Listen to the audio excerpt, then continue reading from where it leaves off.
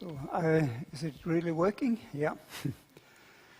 Okay, it's very interesting to be among you tonight. I hope I will be telling you something that you think is interesting. I've been speaking Russian all these days, and now it's a little hard to start again in English. I've been working for 38 years for the Adyghe people and the Kiberian people from the Caucasus. And I'm from Sweden, from a very small ethnic group called the Sami. We are about 70,000 in the world, in Sweden, in Norway, in Finland, and in Russia. And I've been many times to the Kola Peninsula, where the Sami in Russia live, and we've been there 13 times and been evangelizing, and there are people there who believe, and there's a Norwegian mission working there now. I was wondering what to do with my life, and it seemed to me it would be, I really wanted to become a missionary. My people, the Sami, they don't stay in one place. They move from place to place, and I suppose that is part of my lifestyle. That's part of what I really like.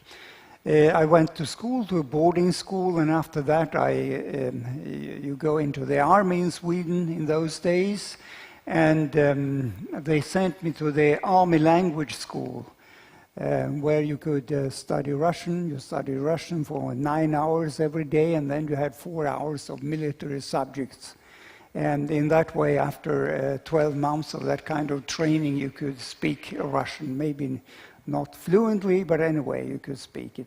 And it seemed to me a very good idea. I wanted to become a missionary in some kind of capacity. I studied languages because that is what I really like. I studied English and German and Russian, and then linguistics and phonetics, and then also theology for 3 years. I went to England, got a scholarship there. And before I went to England, I heard about Wycliffe Bible translators. And they were telling me that there are still languages that need a translation. And I came to understand if there's anything in this world that I wanted to do, that was to become a Bible translator. So I got the training that you need. Well, I became a teacher because I thought, well, maybe wherever you go, maybe you need to earn some money. Maybe you don't have a mission behind you, and you need to work and you need to earn money. So I became a teacher, and I worked for 2 years as a teacher. But in the second year, I started to be very worried. I thought, well, if I'm not very careful now, this is where I will stay. I will become a teacher in Sweden for many, many years, and my life will not be very exciting. And I knew this is not what I would like to do with my life. So I tried to go to Africa with the Salvation Army, but then my father became very ill, and I couldn't go. Well, I went to Wycliffe, and I got the training that they had. I've been praying for 2 years. For God to show me a place where I could be working on Bible translation. And at the end of 2 years, I was at the course at Wycliffe Bible Translators, and an elderly missionary lady, a very famous one, Ethel Wallace, she's written a number of books about Bible translation. She came up one day and asked me, would you like to come to Israel and work with me? You could try it for a year to see if it works among the Circassian people, and try to learn the language, and after that get into Bible translation. And I said, yes, I will. Because I'd been praying for this, and a week before she approached me, I felt in my time with God that now the doors are open. I felt that, I knew that. I've had this kind of experience 2 or 3 times in my life, and I knew now the doors are open. And when she approached me, I said, yes, I will come. But I said, I don't have any money. No one is supporting me. Well, she said, you can ask some people to help you. And there were 3 people who were willing, and I had about $60 a month that they had promise to give, and with that money I went, and with the money I had myself. I thought I wasn't married, I didn't have any responsibility for anyone, so that I just went. And then it started to be very interesting. And one day, for one institute on the Mount of Olives in Jerusalem, the leader there, he told me, I can try and get money for you from America. And I thought about this, and I was praying about this, and it was as if God said, no, you can't do that. You have to make a choice today if you are going to trust me or you are going to trust people. And I said, of course I trust you. And I said no, and he said, I can't understand you. And then after 3 days he phoned me and said, I got a very strange letter today from someone who says, if someone is working among the Circassian people, then I want to support it. And I felt this was God telling me, I'm going to support you. And I understood that day we made a covenant with each other, God and I, that I had to trust him, and he would supply the money that I needed all the time. And he reminded me of that. In our church in Germany, when I got married, that was 7 years later, this woman said, I don't see how you can make it. There's no way that you can make it, she said, because you have so little support. What are you thinking about? How can you do that?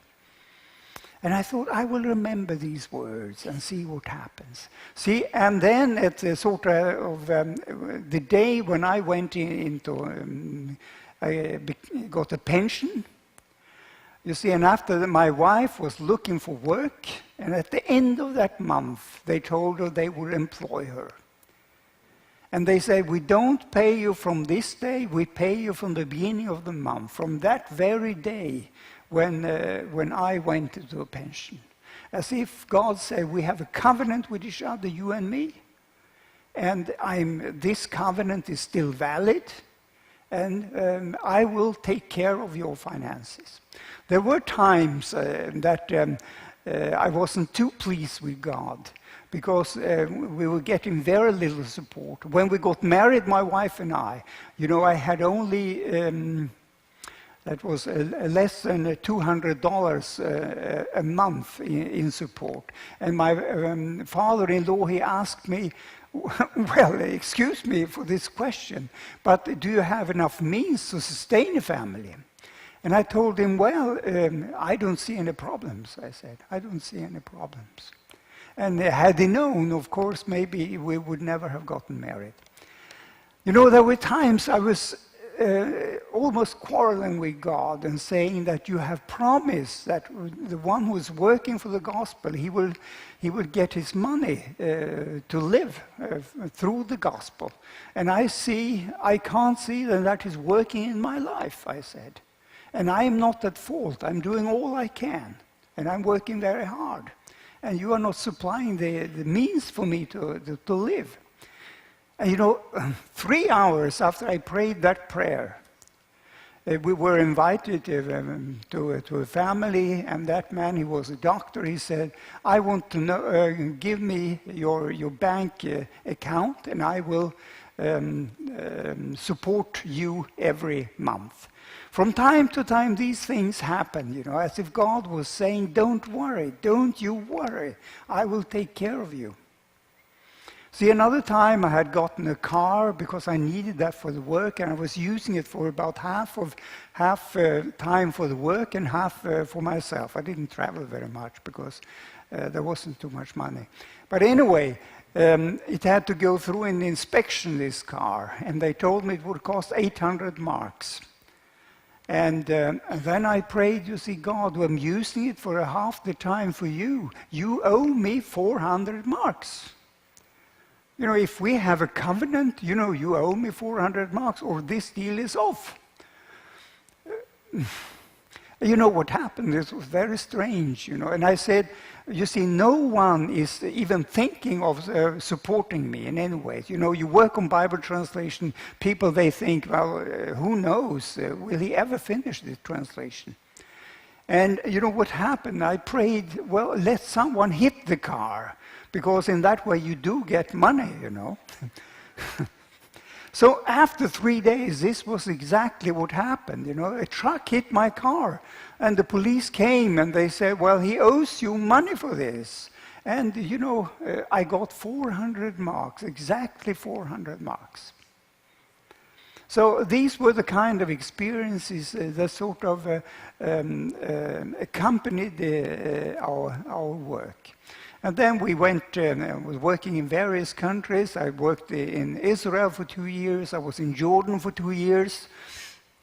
And there, of course, they thought I was a spy from Israel. They knew that I'd been in Israel. So I was arrested and I was kicked out. But, you know, and someone said to me, you are a very naive person. Do you know that? You're very naive. Don't you understand that you couldn't stay there for very long? But, you know, it was a very useful time, and the kind of contacts I got there were very valuable. It was very good, you know. You know, sometimes when you work for God, people think that you are a fool, you know. And I've had that several times that we were working. We were doing, in Russia, we were doing operations. We were doing eye operations, and then we started doing heart operations. And they asked us to do heart operations. And I came back to Germany to a church that was supporting us, and I said, well, we're trying to do heart operations now. Do you know any chance we can do that? Where could we do it?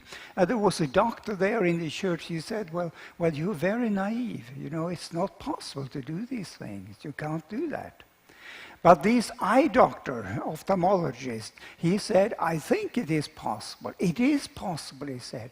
And from time to time, he sent me clips from various newspapers, Christian newspapers, telling they were doing operations in Mongolia, they were doing them in Estonia, Lithuania, or in Germany or someplace, but nowhere there was where we could work with them. And then, but because he was always encouraging me, I kept talking about these operations, that we wanted to do them. And then I was in Israel. I was doing a course at the Hebrew University in Hebrew, and I was living with an American family, and I was talking about this. And they said, well, do you know that here there is a Jewish organization that is doing this?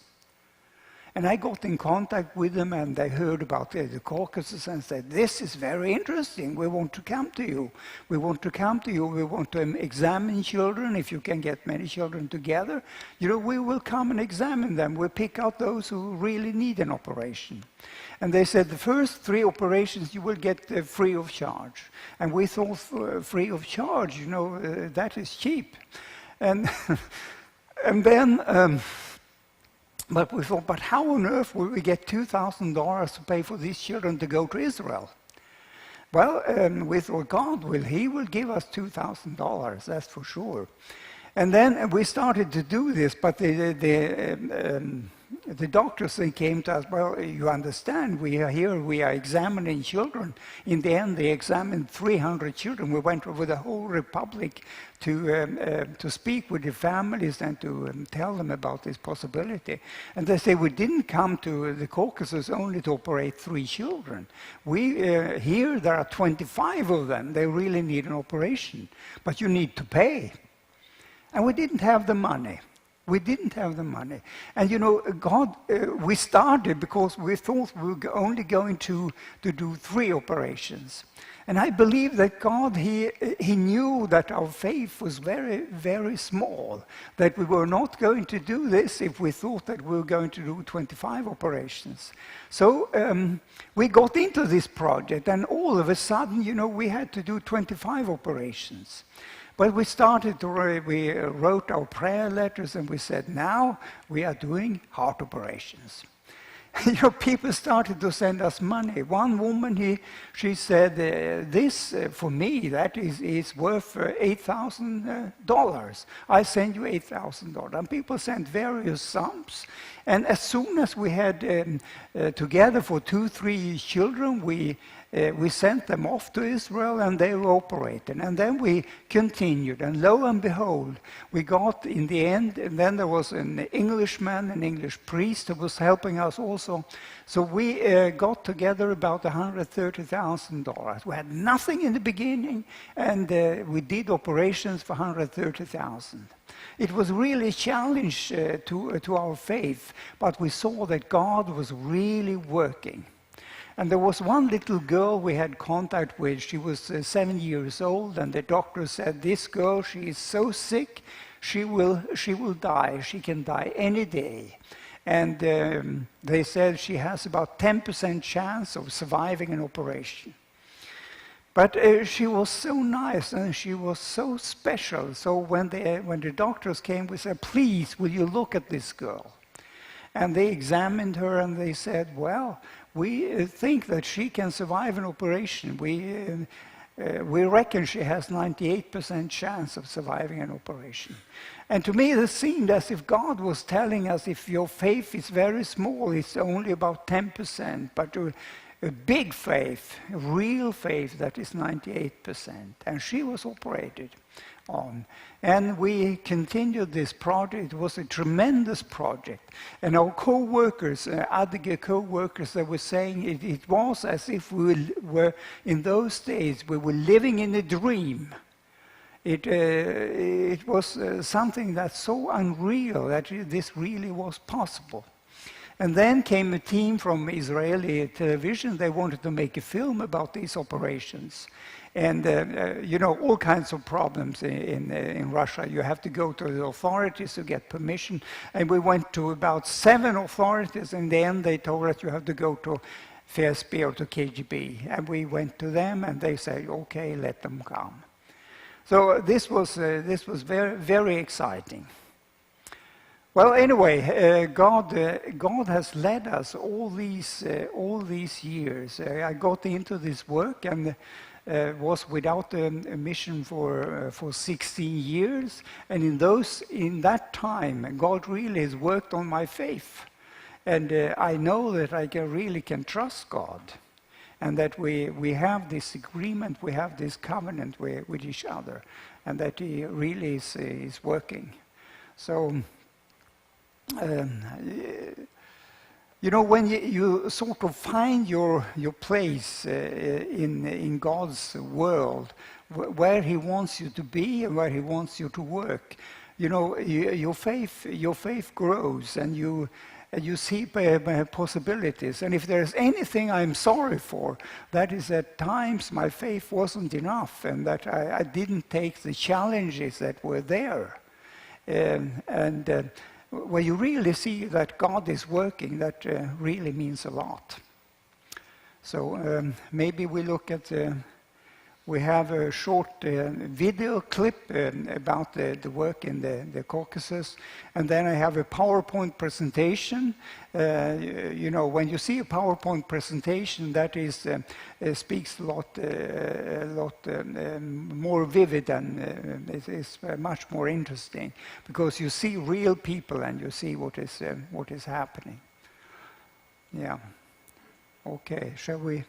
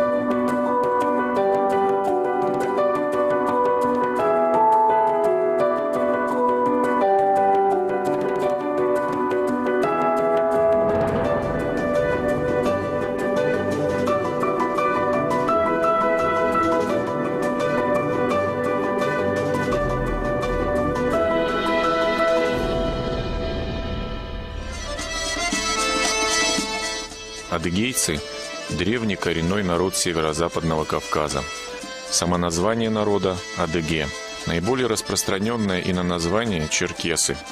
Предками адыгейцев считаются древние племена неотов, синдов, ахеев, зихов, косогов и киркетов, живших на этой территории.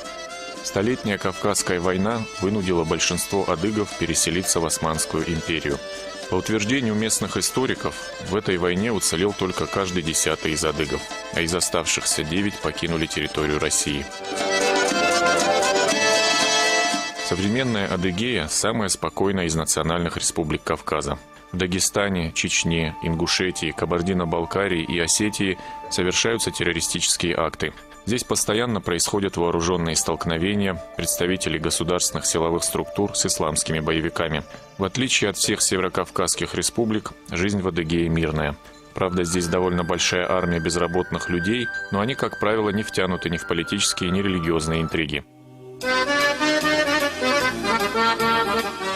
По последней переписи населения, численность адыгейцев, постоянно проживающих на Кавказе, 102 тысячи человек. В составе республики 2 города, 7 районов, 5 поселков городского типа, 55 сельских и поселковых округов. Республика Адыгея расположена внутри Краснодарского края и не имеет границ с другими субъектами Российской Федерации. От Майкопа, столицы Адыгеи, до Краснодара 160 километров, до Москвы 1670.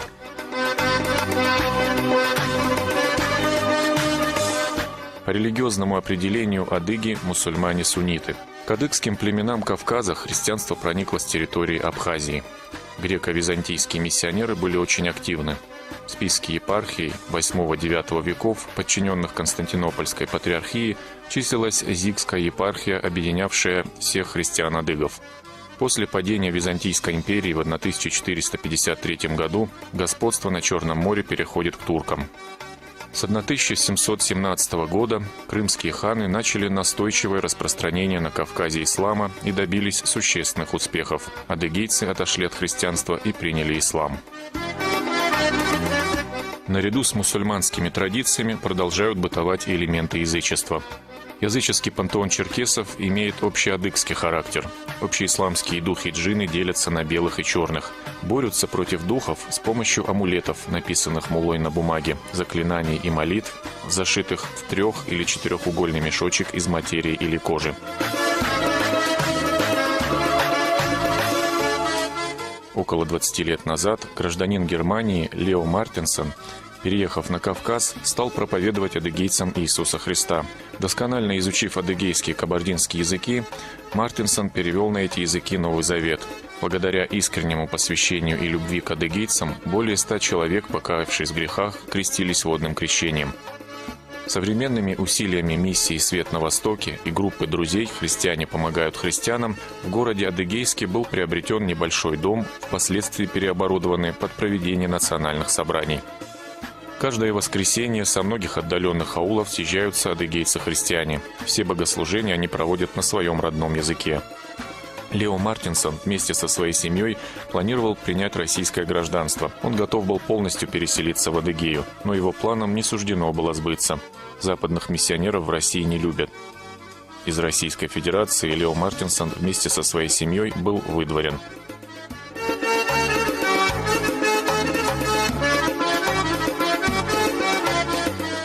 Лео Мартенссон был вынужден оставить общину, но на его место пришел Абидов Шухрат, узбек по национальности, по вероисповеданию евангельский христианин.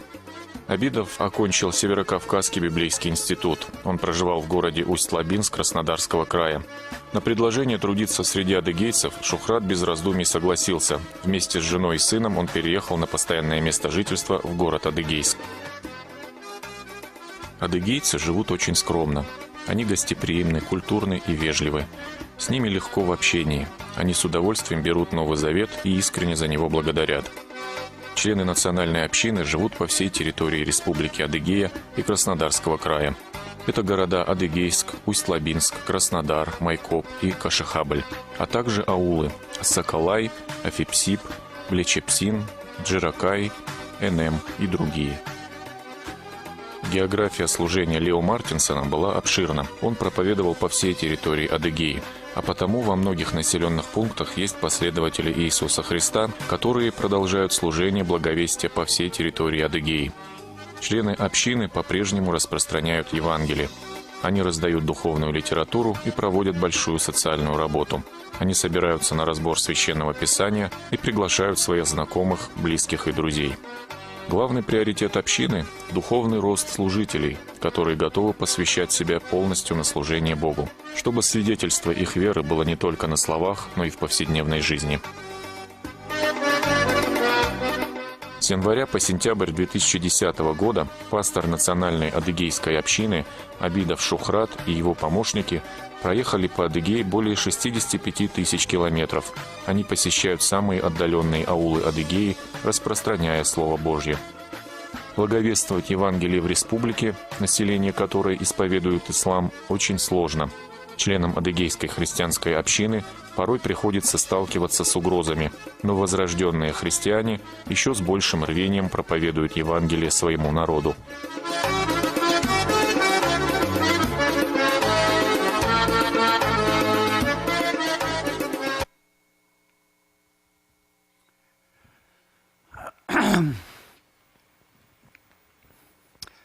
Да, посмотрим PowerPoint. Let's look at this PowerPoint presentation. Ага, работает. This is what we were doing: church planting, Bible translation, and medical projects. Above all, of course, church planting. I've been translating the New Testament for so many years, and after such work, you really get to burn out, and you are happy to be working with something else. Yeah. These are Adige people from Turkey. Most of the Adige and the Keberians live in Turkey, more than 700,000, but most of them have lost the language, and maybe there are 40,000 that still speak it, and they live in villages. Here you have Elbrus, 5,600 meters. We tried to get to the top, but we probably got to 5,000 meters, and because you really have to do acclimatization a few days before you can get there. Has anyone been in the Caucasus? Someone from the Caucasus here? Where from? Pyatigorsk. So you've been up on Elbrus. You've been on the top? Not on top. Okay. Yeah. This is my family just a few years ago, and our children, they have Russian names, Irina and Katya, and we sent them to Russian school because that's what they wanted. They said we were planning to do homeschooling, but they said the children here in the street, they always speak about school, and we want to be like them. So we sent them to Russian school, and we learned a lot about Russia in that way, and it was very, very interesting. This is in the very beginning, the first day, they were quite worried how this would turn out, and we were worried too. But anyway, it was very, very interesting. The teachers even taught them how to cheat, They would tell them, now are the exams, and Irina, she was very, very good in maths, and she said, then the teacher said, here is a young man, he is very good in tennis, but his mathematics are lousy. If he could sit next to you during this exam, and he will copy what you write. Yeah, I don't want to speak too much about these pictures. I mean, you are from Russia, you know what it's all about. The ingenuity of Russian people, how they can manage in all kinds of situations, This is now in a Circassian village, not far from the Black Sea coast. We're out in the villages all the time. In the beginning, there were only 3 of us, I and 2 women who had become believers. One had read the New Testament, and she became a believer, and another one had become a believer in a Russian church. Well, anyway, and we started to have our meetings. We had this film, Jesus film, and we were showing this to to people everywhere. I showed it over 500 times. And people were very interested. And in the beginning, we had total freedom. We were in the villages, and we were out in the evening, and we had many, many people that watched the film. And then we started groups. We were reading the Bible together with people, and they were very, very happy. And people started to believe, and we got, in the end, we had about 20 groups of people who were interested in reading the Bible. This is one young woman. She couldn't even read and write, but because she loved Jesus so much, she learned how to read Circassian. And here, you know, in the villages, all kinds of situations. This woman there, on the left side, she became a believer. And one day when she came home, her father-in-law, he was trying to strangle the mother-in-law, and she came just in time. Just a few hours after that, this woman, she tried to hang herself. And this woman came, her daughter-in-law came just in time to save her life. These were the kinds of things. We went into villages. Sometimes people were not interested at all.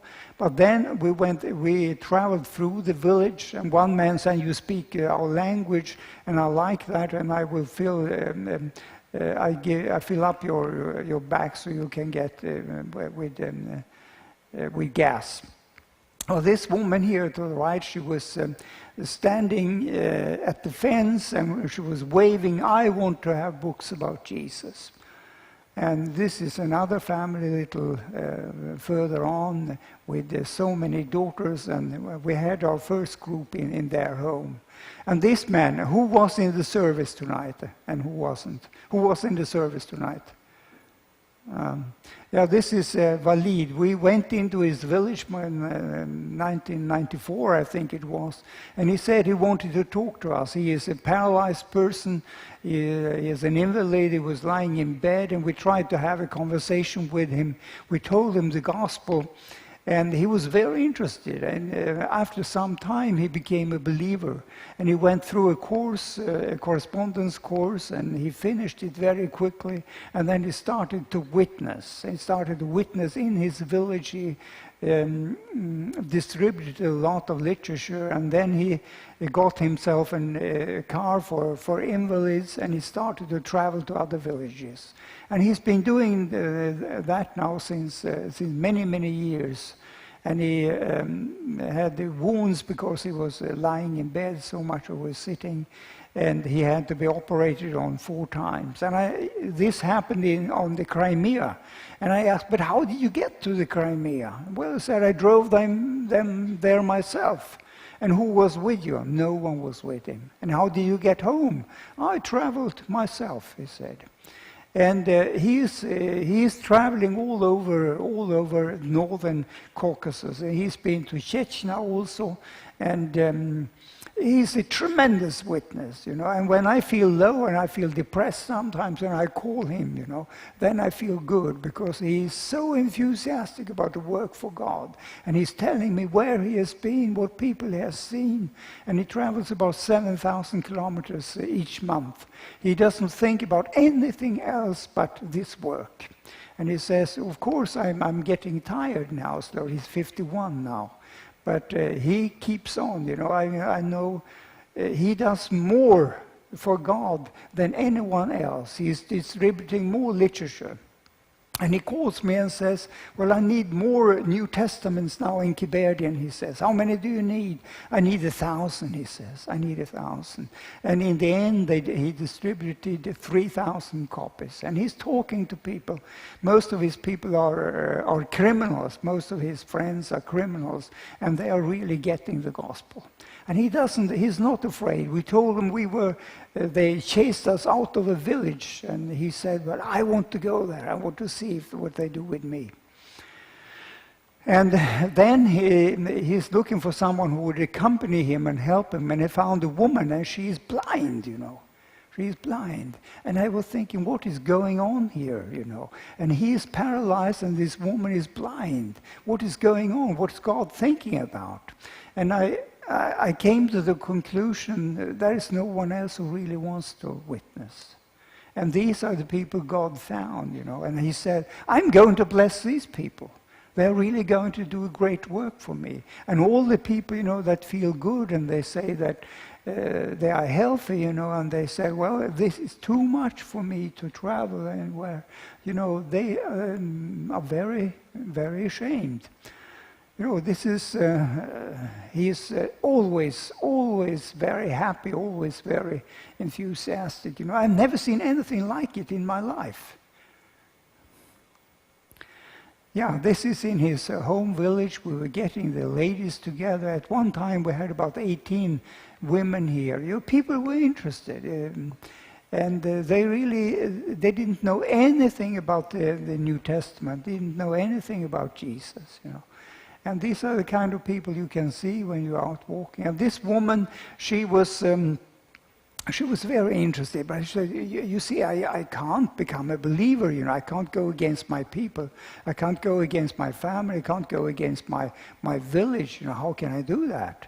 But then one day she said, now I have become a believer. I said, what happened? She said, I had this dream, we were in a theater. I saw all my people, and someone came in and said, are you all crazy, he said, because do you really want to go to hell, he said. And I will show you what it's like to be in hell, and he showed them, And she said, I don't want to go there.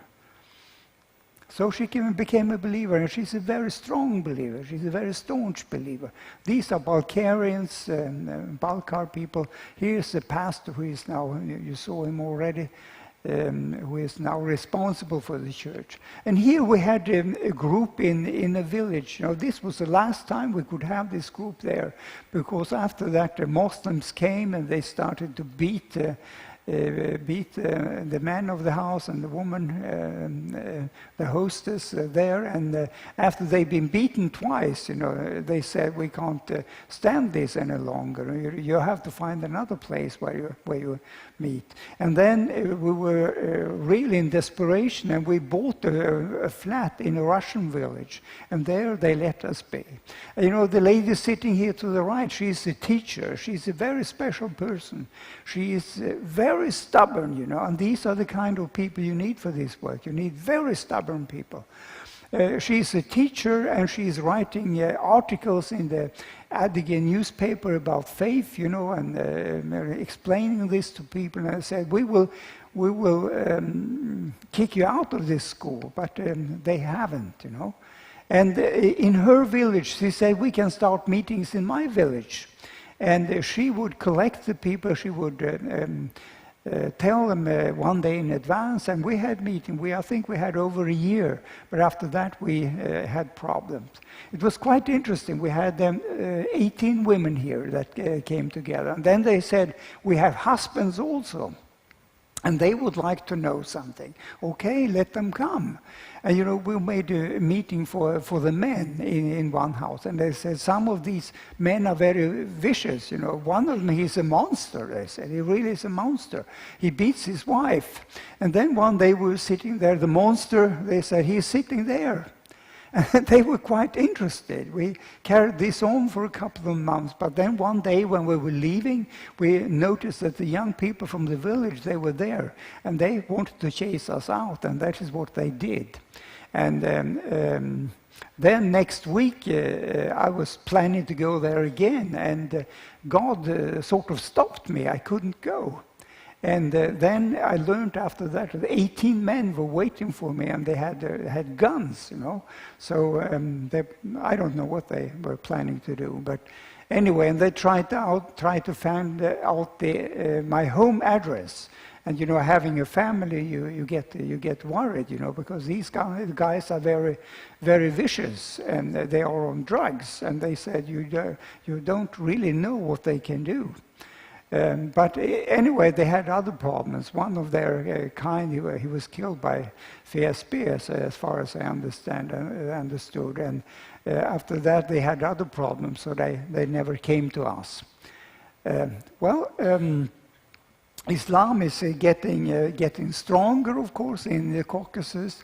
There are mosques in every single village. the kind of people that come, they are interested. We have heard that you have meetings where you speak about God, you speak about Jesus. We want to hear too. And then we had our baptismal service. We had them twice a year. And then we got our own house of prayer. And we had our various co-workers. I was working on translations, and I was worried because we weren't progressing so good. And I was praying to God, what do I do here? How can I translate faster? And then at night I woke up and said, ask this woman, we studied the first one here, she will help you. And we started to work together, and we are working together till this very day. Well, summer camps, of course, and Bible translation, we're working on various kinds of books, and we continue doing that. We did the recordings of the whole New Testament and the recording of other books, and we did a synchronization of the Jesus film. That was a very interesting project. The professional actors from the theaters in my corp in Kraснодаре, they helped. And this is conference we had as 2 months before I was expelled from Russia. My work was also to find cars for the work. And this is a doctor. He gave us his family card. He had to negotiate with his wife for 4 or 5 days. But then he called me in the middle of the night, 12 o'clock, and said, now you can have the car. Come tomorrow. And I came and picked up the car. But you couldn't go through Poland and White Russia because there was so much mafia there. So we had to go through Finland. And here is in Russian Karelia. And it's as a missionary, you have a very interesting life. You don't need to travel anywhere because you are traveling in your work all the time. And to see Karelia is very, very interesting. And then I had to meet someone the next morning, so I went all night. And without sleeping. It's very dangerous to stop because there may be mafia people there. So every hour I slept for 5 minutes. Next time I got a very good car and was taking it to the Caucasus and had a collision with an elk in Finland. And I barely survived it. It was quite painful. And then we had these medical projects I was telling you about, eye operations. It was very interesting. I had never been in an eye operation before. When you translate there and they tell you, what they are doing, it's very interesting. We got these microscope from Canada, and it was sent to Germany, and then we had to go there and pick it up and then take it to Russia. And this doctor, he had been in Africa, in Cameroon for 8 years, and he liked to come to Russia because he thought there would be lots of adventures if you go there. And once he said, I will go with you in the car when you go there, because we got this ambulance. We got it in Sweden. I went to Sweden to pick it up. I went down to Germany, and we could go through Poland at that time. And he went with me, and he asked, where do we sleep at night? I said, we have to travel day and night. That's why we're here. And we, each one of us would be driving for 2 hours, and then the next one. It was very exciting. Then we started with this heart operation. This is a family of their son. He really needed an operation, and they are very scared. They don't know if they can trust us. And then there was a Russian doctor, a physician, who helped us so they would trust us. This is the way people live. This is a kitchen, And then the doctors came to us. It was very, very interesting, and all kinds of problems with bureaucracy until it all worked. And this must work, and we weren't allowed to have a failure, of course. And here to the left is the surgeon. He is a Jew from America and had already made 5,000 operations. He is a world-class specialist. And what happened is that after this he died up on Kilimanjaro because that is 5,800 meters and his heart couldn't take it. Well, this is when the team from Israel came to make a film about our work. And this is Natasha now. You see her, you've heard about her, and now you see her, and how she looked after the operation. This is the first contingent of children that were operated on. Yeah, we also went to Chechnya, to Grozny. That was very exciting. We thought that we would help the Baptist church there with some humanitarian aid. And we're there between the two wars. And this is the pastor and his wife. And they were sitting in this basement for 2 weeks during the war. And his son, he was standing in the street, and this rocket landed just 1.5 meters in front of him, and it didn't explode. Otherwise, you would get a crater, 18 meters in diameter and 4 meters deep. And this is someone from the church who died. They had to bury him in front of the church. Then I was kicked out of Russia and come back to my mission, and they said, well, we have no money, to pay for any books. So I decided to run marathons. I've run 10 marathons, but here 2 marathons to get money for books. And every sponsor had to pay for every kilometer. And in that way, in 2 marathons, we got $45,000. $45,000. And in other marathons, there were less. For the operations, I got $5,000 once. But anyway, this is a way in which you can get. Now, these are the books, some of the books that we have printed in Adygeiske and Kabardian. The New Testament, of course, is the most important one. And we have this Jesus film in both languages, and we have a film about Genesis also. Well, if you have questions for 3 minutes, then please.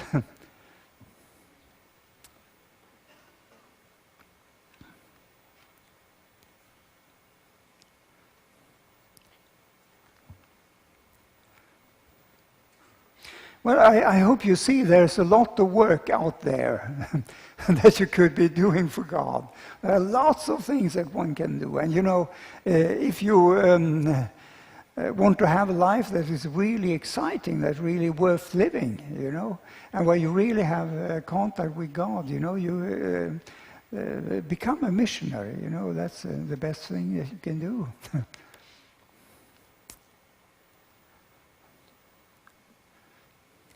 No questions?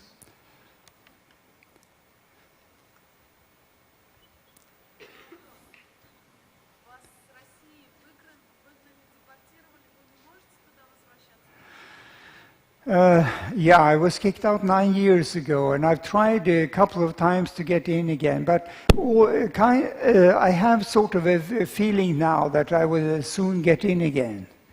I really think so, that God will do something so I can get in there. Things have changed. I've heard about people who have got in after, who have been kicked out. A good number of people were kicked out, but I really hope and pray. Well, if you pray for something, pray that it will be possible to go back there and work again. Because, when I really have a good dream at night, that is when I dream that I'm working with Adygeiske people. I'm writing down addresses, and I speak to them, and I'm witnessing to them. It's nothing that is more exciting than that. I'm working in Turkey also. There are many circassians there, and go to Jordan and so on. It's kind of something one can do there. Хорошо, друзья, если у нас нет вопросов больше, мы попросим, чтобы брат Лео помолился, благословил нас. Также не забывайте молиться о нем, о его служении. И затем у нас будет несколько минут для совместного общения, и вы можете также подойти и, может, личные вопросы какие-то задать. Хорошо, теперь встанем для того, чтобы попросить Бога благословения.